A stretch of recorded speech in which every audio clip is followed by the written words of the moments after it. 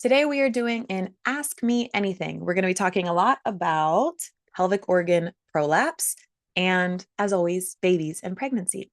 If we don't know each other, I'm Sarah, mom of three and pre and postnatal yoga teacher. So I just have a list of questions that people have asked me, and I'm going to go one at a time, straight through them.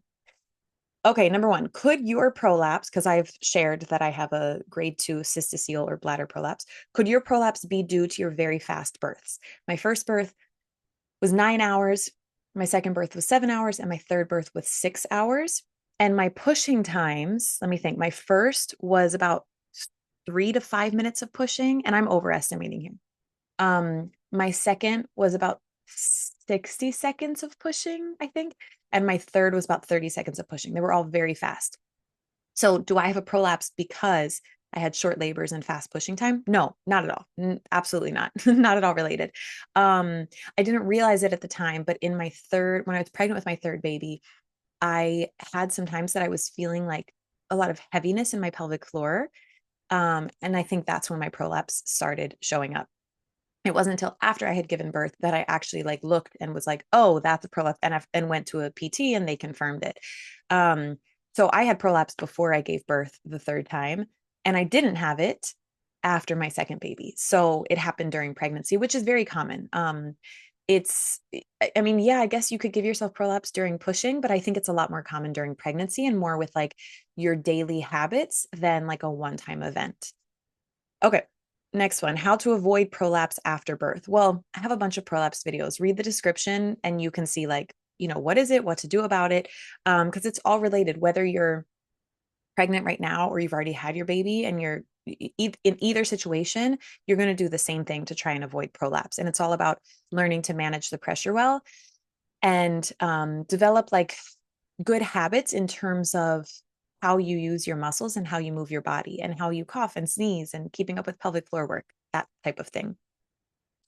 How to breathe during pushing stage to prevent any tearing.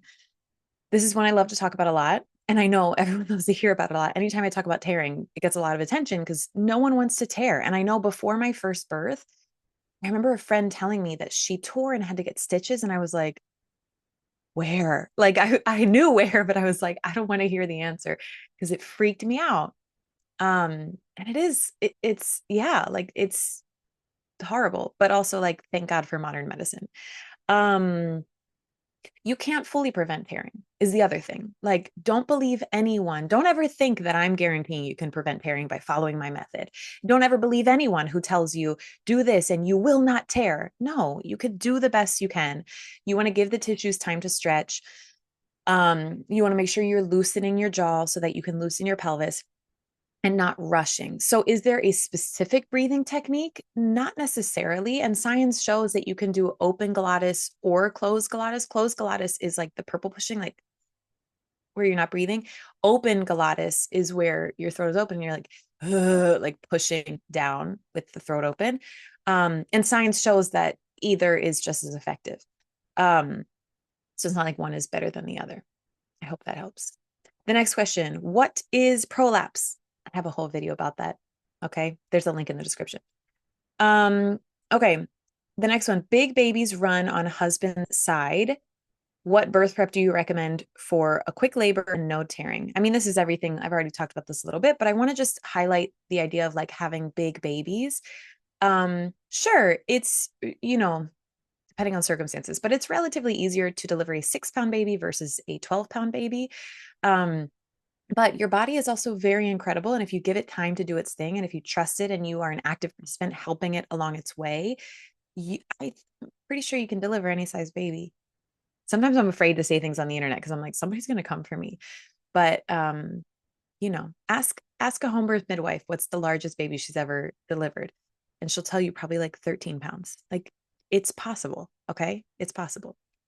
And for a quick labor, I mean, you don't have, of course, control over that, but you can influence it by relaxing and choosing to surrender. Because when you resist, that's when labor is stalled. Or if you're not comfortable, if you are surrounded by people you don't know, or you're in an environment that doesn't feel safe to you for whatever reason, then your labor can stall.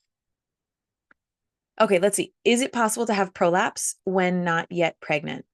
Yes, let my story be a lesson to us all. But really, like a lot of issues, prolapse and pelvic floor issues, they start during pregnancy because pregnancy puts an immense strain on your body. Um, it loosens your ligaments, which loosens your joints, and your body's just it's an uphill battle. Your body is working so hard. And sure, postpartum, maybe you feel it more or you feel it in different ways, but really during pregnancy is where the hard stuff is really happening. So, oh, when not yet pregnant, I read the question wrong.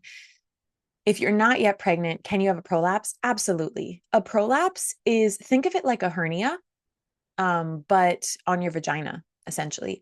And so how do people get hernias? By, lifting a heavy box and using like poor body mechanics for it. Prolapse is very much the same way. So pregnancy increases your chances of having a prolapse, but you can absolutely have a prolapse without ever having been pregnant. It's maybe just not as likely. So those are all the questions for today. Stay tuned for the next Ask Me Anything video and leave your questions in the comments, and maybe I will incorporate them in a future video.